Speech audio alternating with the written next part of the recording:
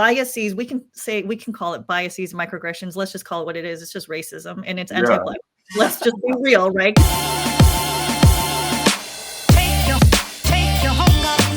Educate ourselves more. We can become more culturally competent. We can get more involved in politics. You know what I'm saying? You can tell me your experiences or like kind of what you remember from that. And then, of course, the 1992 race riots and how Black folks got took from over here to over there and how Black people literally became the face of Asian hate. You know what I'm saying? At a time that, you know what I'm saying, the government was using all type of anti-hate, all type of anti-Asian rhetoric. Then they got outlawed, and then we kind of forgot that the government and politicians were using this language, and then Black people implicated definitely became sensationalized, however, for being like, hey, this is the face of the hatred of Asian people. Yeah. Black person, you know what I'm saying?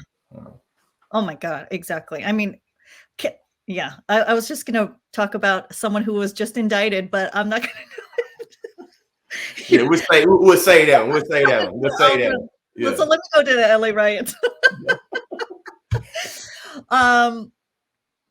One thing that's not interesting, but I don't know why it's so near and dear to my heart. Of course, like I had mentioned, my grandpa owned a liquor store. My grandparents owned a liquor store in South Central. It was eventually burned down, but I am proud of the fact that there were people who were trying to protect my grandparents' store from getting burnt down. Second thing is so the woman who shot Latasha Harlins, her name was Sunja Du. My grandma's name is Sunja. So yeah. And so you have to understand, coming back from that, my grandma changed, she changed her name. She's like, I'm not going by Sunja anymore, you know, because of it was too heated. I remember when the LA riots started, you know, because of my grandparents, and my parents also owned a video store on Crenshaw. Us just plastered watching the TV and seeing the riot just kind of come down. And when we heard that it was coming down Crenshaw, I remember my dad and my uncle deciding to get their guns and then sleep in the van in the parking lot to defend the store. That was terrifying. And at that time I was a young teenager, but I was really wrestling with this idea of like, I want to protect my family. I want to make sure my dad and my uncle are safe. But at the same time, I am also aware of the political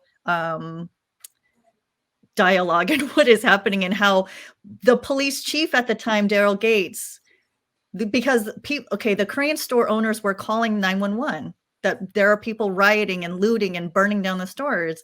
So there were police that were on their way. And the police chief, Daryl Gates, called them back and told them, retreat.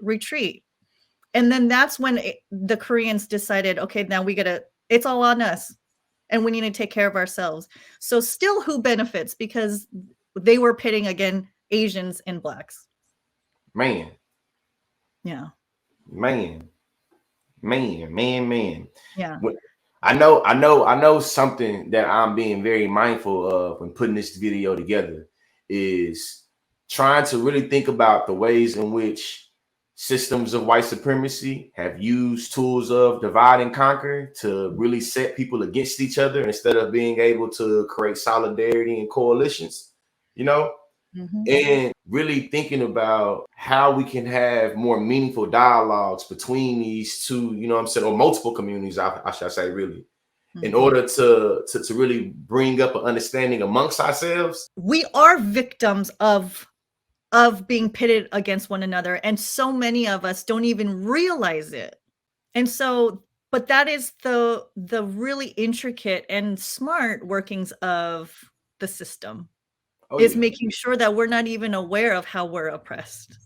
Definitely. I think that is the masterful makeup of anti-Blackness in a way. It makes it where we can acknowledge that throughout the world, the paradigm of light over dark white over black is one that always comes with access and resources. And we can recognize whether we're talking about Asia, Africa, or America, or South America, that there's always incentives given when you're able to play into this paradigm of anti-blackness. So when I think about in terms of like immigrant populations coming into America and picking up different American values, I tend to believe that one of the slept on standards that people pick up when they come to America is that one, anti-blackness, and how we're able to take on just different, really different everything. You feel me? To kind of prove that we can need a job, to prove that we can get the loan, to prove that we're worthy, to prove that we can get housing, to prove, you know what I'm saying, we can just keep on going on and on and on.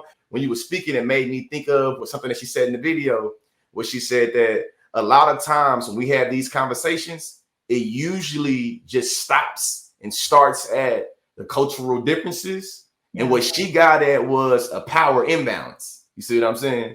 Okay, so that makes a lot more sense when you were talking about coming up from 1992, before the riots, what happened.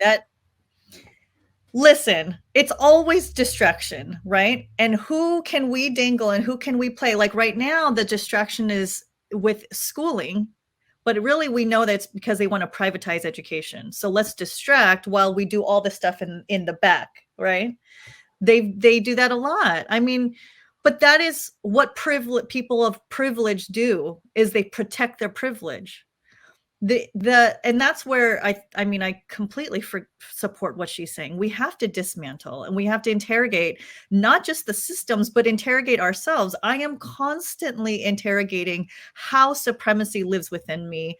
And I'm writing a little blog about it because I didn't realize, you know, until we start healing ourselves, like our racial identity, and we start really identifying who we are and how we show up in spaces and how we are racialized. Man, it takes years and years to uncover, if not even decades, because like I said, I've been doing this work for 20 years and I am still recently uncovering how deep these white supremacist ideologies lived in me. It impacted the way that I dated. It impacted my views of medicine. I mean, we can talk about the most like superficial levels too, right? My ideas of beauty.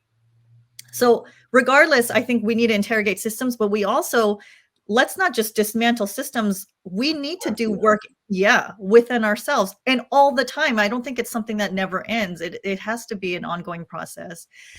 The other thing too, someone else had mentioned to me, so I'm not taking credit for this. I do love that we are in a world, and I am participating in a world where we are working towards dismantling. However, we need to make sure that we also know how to build up, because once we dismantle, because the dismantling takes a lot of energy. It's exhausting. But if we just dismantle and don't know how to rebuild, well, then who will take back over? Agreed. This is why it never changes. Agreed. Right? I think that's what Frantz Fanon was getting into when we start to think about how we've internalized colonialism, and how even when we put the colonizer out, quote unquote, we still have damn near internalized so many different, I'm gonna say, standards of colonialism that we are damn near recreating without a colonizer. So it's really about also being able to, I feel like, unlearn and relearn a lot of how we understand each other. One of the main parts of this why so many Asian businesses are in the Black community is really thinking about, I feel like at the core, you feel me, how we view ourselves through the gaze and lens of white people. A lot of Asian people view Black people through the lens of whiteness and white supremacy, and a lot of Black people view Asian people through the lens of whiteness and white supremacy, through the gaze of whiteness and white supremacy. So I think that it's up to us to really have not the performative fake conversations that we're gonna just get along, but having the tough conversations for us to really be able to understand how we're implicated in the things that we say that we're against, i.e. white supremacy and anti-Blackness, i.e. I should not be perpetuating the myth of the modern minority, so I should really think of the ways I've internalized how I believe if Asians are inherently good in math or inherently good in science, and think about how they, but it's really thinking about, you feel me? It's like, I would argue that the myth of the model minority has been baked into American value. This is American ass apple pie. These become truisms. Yeah, because and that's that stereotype that we were talking about earlier. And the confirmation bias is the more you see it in media, the more that our brain, and the neuroscience says, the more you see things and the more you start to believe in it, your brain already wants to be right. So it will continue to seek out experiences and those things to continue to validate it. Those neural pathways get so deep in our brain, it takes a long time to unlearn it. And you can also retrain your brain, but only if you want to.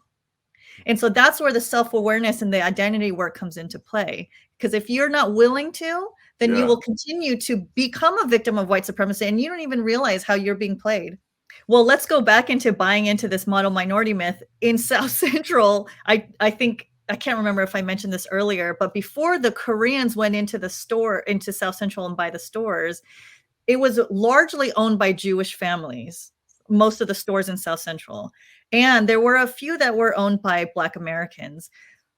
And then in the 70s, there was a turn of business owners, and the Jewish and Black Americans were selling to Koreans because even the Blacks, like you said, bought into this model minority myth. Oh, they would take care of this store, right? Or I can get more money from this store, from this group of people.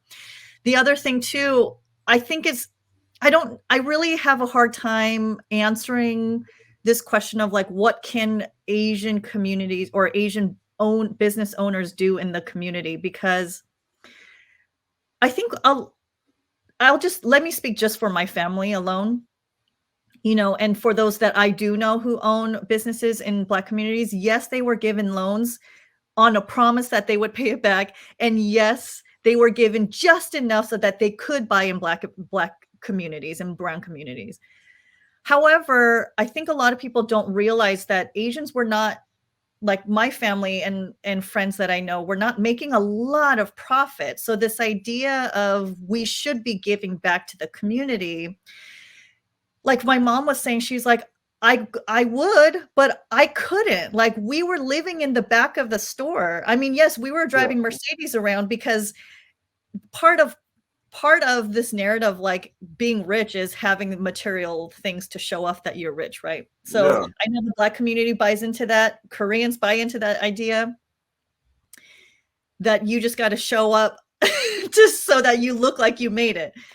But in reality, a lot of people don't know Koreans were living in the back. They were living in these small apartments, in multifamily apartments. They were barely struggling to make it, food on the table or whatever. And I feel like most Black folks, well, at least I'm gonna speak for everybody, but most Black people in my community, we know that. You see what I'm saying? Oh, okay, okay. Cash, like I remember, the two dudes. I'm from West Side, so they ain't really from my side of town, but it was these two East Asian, you feel me, dudes. They went to school with us. You know what I'm saying?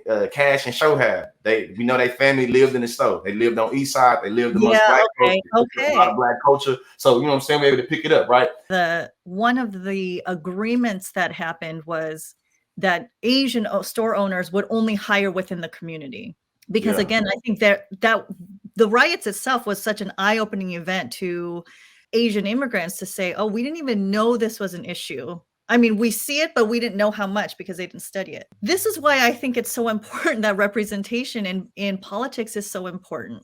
But again, going back to, but are you going to be a politician that perpetuates white supremacist ideologies and policies and systems, or are you going to go there to disrupt it, but then not only disrupt it, but have the energy and know people to help you rebuild it? One of the things that I do in education is I do a lot of work in what we call cultural responsive pedagogy in schools, starting from kindergarten, is really understanding cultural identities, how it manifests itself in the classroom, how it implicates or impacts relationships between teachers and students. And a lot of it comes from biases. We can call it biases, microaggressions. Let's just call it what it is. It's just racism, and it's anti-Black. Let's just be real, right? Because because if you're not white or you don't present white, everything else falls underneath. And so, I do think that when it comes to the business world, she's 100% right. But when it comes to the education world, yes, we do need to talk about cultures. We do need to talk about, and we need to talk about, you know, the way that people behave is not wrong or ghetto or something that needs to be fixed. And it always starts with teachers, because when teachers allow students to come into the classroom and they say things like, you don't need to talk like that here. That's playground language, or that's language you use in the neighborhood, but you don't talk like that here. You are automatically centering whiteness. You're reinforcing, you're reinforcing all those ideas, reinforcing the ideology, reinforcing that hierarchy. You know, we don't want that. We don't want that. So it starts really young, because by the time that they're politicians, they've had how many years and decades of being indoctrinated into this idea of what success is supposed to look like. The purpose of this video is to give more consciousness and understanding of the way the world is now, particularly in the Black community, for us to be able to do something about it. You know, I'm a Huey P. Newton student. Define the phenomenon and make it act in a desired manner. So I'm hoping that people are able to define the phenomenon of how business and how economics in the Black community works currently right now, to be able to do something about it, and not necessarily demonizing and or ostracizing Asian people inside the Black community. Another thing we need to make sure is that we don't buy into oppression Olympics. We need to move away from who was oppressed more, who is victimized more. We need to move towards solidarity, because again, it's about dismantling white supremacy, because it doesn't benefit anybody but those at the top. The second thing that I want to say is, once anybody realizes they benefit from their privilege, it doesn't have to be racial, it can be in any category of identity. Once you realize that, it's important that you use that to build up and bring up others with you, because it's, again, about dismantling and not just benefiting. Because I think a lot of people, and that's the issue, is how white supremacy continues on, is when you realize the closer you are to the top, you realize, oh, shoot, now I benefit. And now forget those that are underneath me, what we call, like, I don't know. So that's the biggest thing, is always, once you realize your privilege, you need to start using it as your platform. And there's no tears, like, save your tears.